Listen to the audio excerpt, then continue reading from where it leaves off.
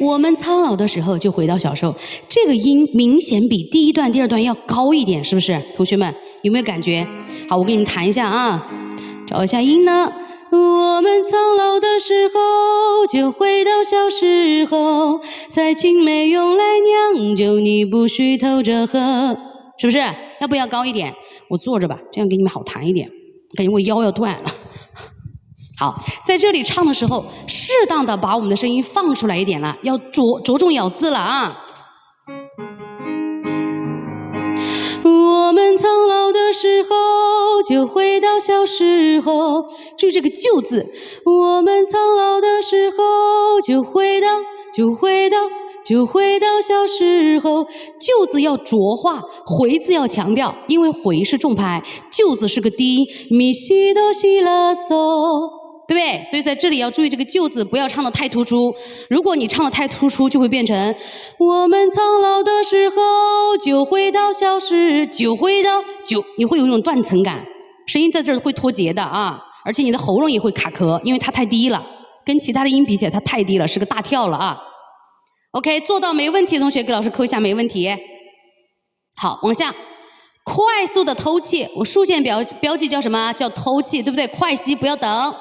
我们苍老的时候就回到小时候，菜青梅用来酿酒，你不许偷着喝。渐弱，菜青梅用来酿酒，注意这个酿，哼哼的感觉啊，一定要哼到鼻咽腔。酿，它是一个酿，对不对？是鼻咽音啊。给他一个鼻子的感觉啊！菜青梅用来酿酒，你不许偷着喝，不许偷着喝。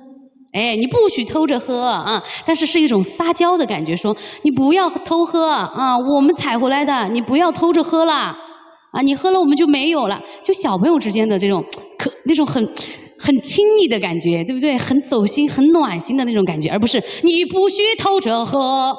不是这种状态啊，所以你千万要记住你的嗓门不要太大了，在这里要渐弱。同样的，你看这个地方偷气，这个地方就得深呼吸了，你再偷气就会有点不够用了。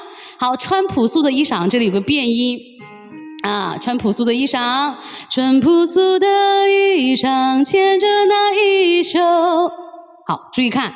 这个地方有两个衣字，衣裳和衣袖，这两个字都要强调。穿朴素的衣裳，牵着那衣袖，朴素的衣裳，牵着那衣袖，听懂没有？两个衣都要强调一下啊！再来一遍。穿朴素的衣裳，牵着那衣袖，特别是衣袖这个音是几个音？衣袖。滑下来的感觉，两个音啊，衣袖，衣袖，听懂没有？连起来，哎，气息连贯。好，又接的是头气了，快速呼吸。捡了小猫，名为苍狗。捡了小猫，名为，这个名字是什么感觉？名为苍狗。什么感觉？名字是什么感觉？几个音？我们在这给它写一下吧。两个音，哎，往下滑一下，很亲密的。你捡了只小猫，你给人家起个名字叫苍狗，来，苍狗过来。你明明应该是叫狗子啊，怎么这个小猫怎么起个狗子的名字？其实就是小朋友的天真童趣感嘛，对不对啊？可能他又喜欢猫又喜欢狗，但他只有猫啊。家里面人说了，你捡了个小猫，你想养它是不是？那就不能养狗了。哎呀，我又想养猫又想养狗，那你就叫苍狗吧。是不是画面感一下就出来了，亲爱的同学们啊？捡了小猫，名为苍狗。